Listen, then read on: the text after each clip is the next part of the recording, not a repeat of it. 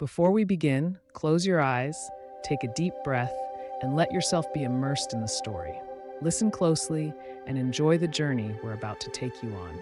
We post new suspense-filled stories every day at 8 p.m., so if you miss one, don't worry, you can find them all in our playlist.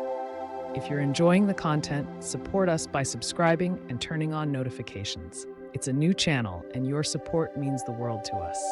Now sit back, relax, and let the story unfold.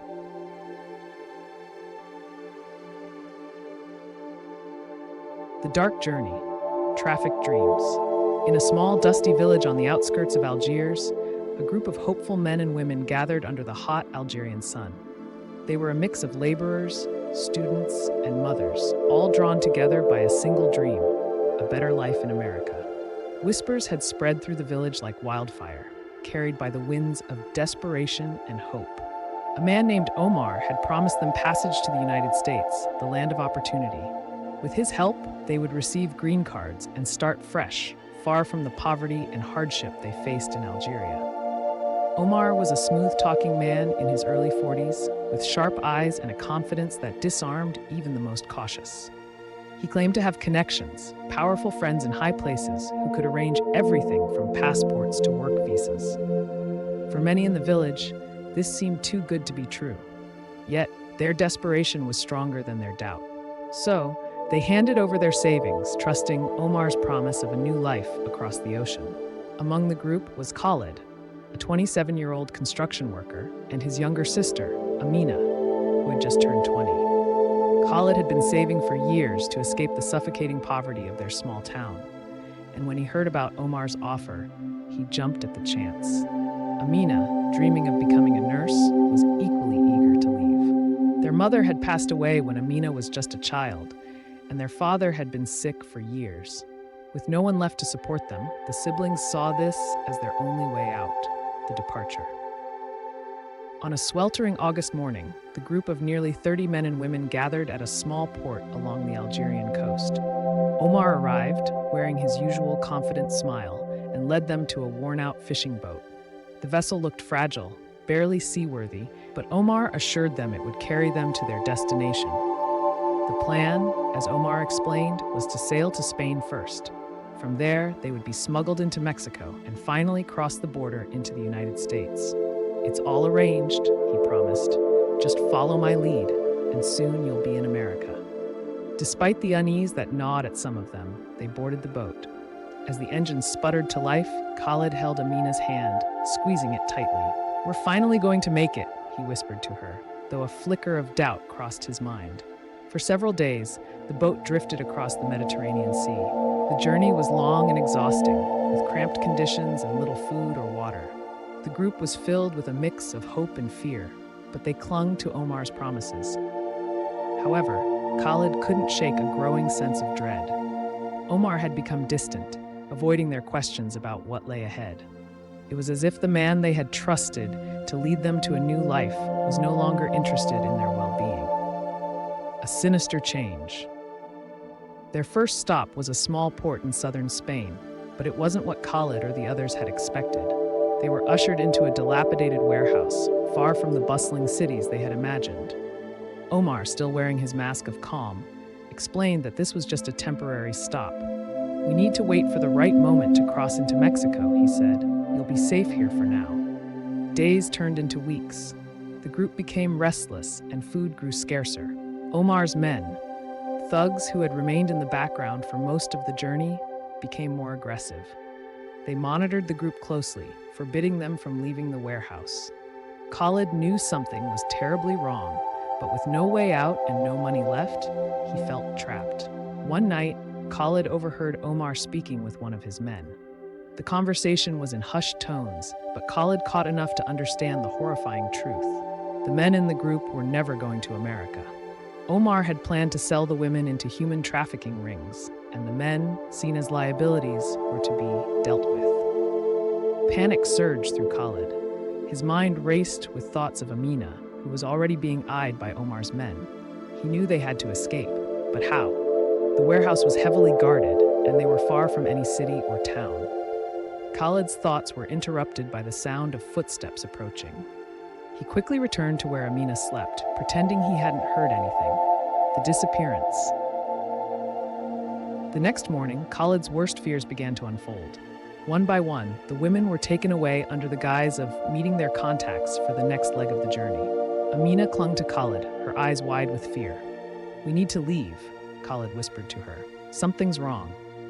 But before they could act, two of Omar's men appeared, dragging Khalid away from his sister. "You're coming with us," one of them growled. Khalid struggled, shouting for Amina, but they overpowered him.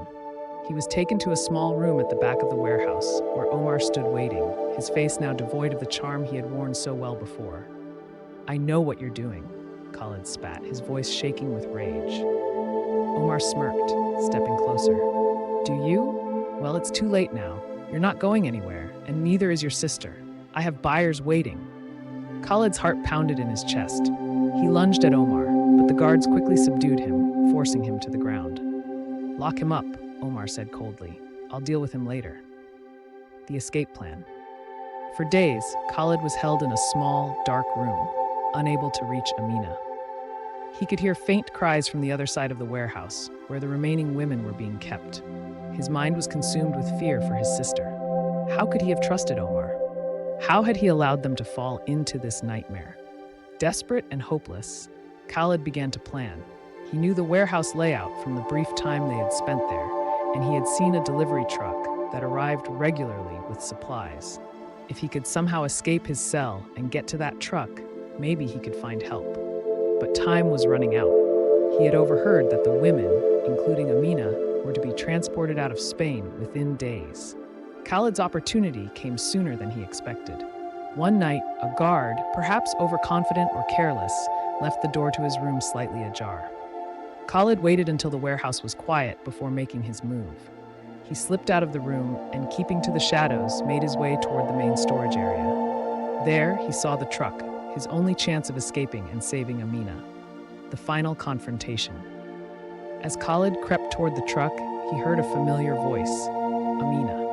She was being dragged by two men toward the rear of the warehouse. Khalid's blood ran cold.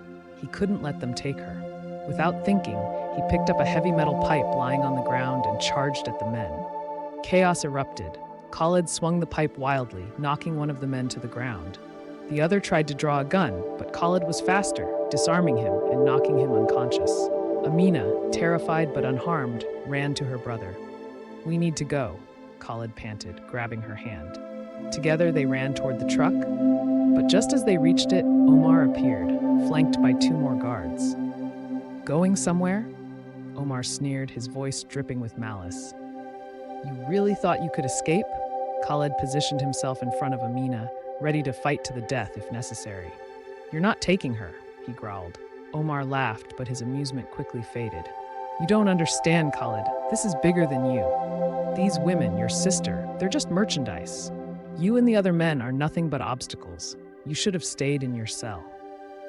But before Omar could give the order to his guards, the sound of sirens pierced the air. Khalid's heart soared.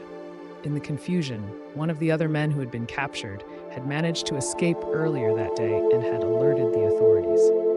The police had arrived just in time. In a desperate attempt to flee, Omar and his men ran for the back exit, but they were quickly apprehended by the police. Khaled and Amina were saved, but the trauma of the ordeal would stay with them forever. The aftermath. Omar was arrested and charged with human trafficking, kidnapping, and multiple murders. The authorities uncovered a massive trafficking network that spanned from North Africa to Europe and the United States. The women who had been sold were slowly being traced and rescued, though many would never recover from the horrors they had endured. For Khalid and Amina, the road to healing was long. They returned to Algeria, where they tried to rebuild their lives. Khalid couldn't shake the guilt of nearly losing his sister, but Amina, ever resilient, assured him that they had survived because of his courage. The promise of a better life in America had been a cruel illusion, a trap set by a man who preyed on the hopes and dreams of the vulnerable. But through it all, Khalid had learned that true strength wasn't in chasing dreams, but in protecting the people you love, even when the world seems darkest. And so, the siblings moved forward, their bond stronger than ever, determined to make a better life, not in some faraway land, but together, in the home they had almost left behind forever. The story has come to an end, but stay relaxed. If you feel yourself drifting off to sleep, just let the video play and enjoy the soothing music in the background. Let it guide you gently into rest. We'll be here, bringing you more stories every night. Sleep well, and see you tomorrow at 8 p.m.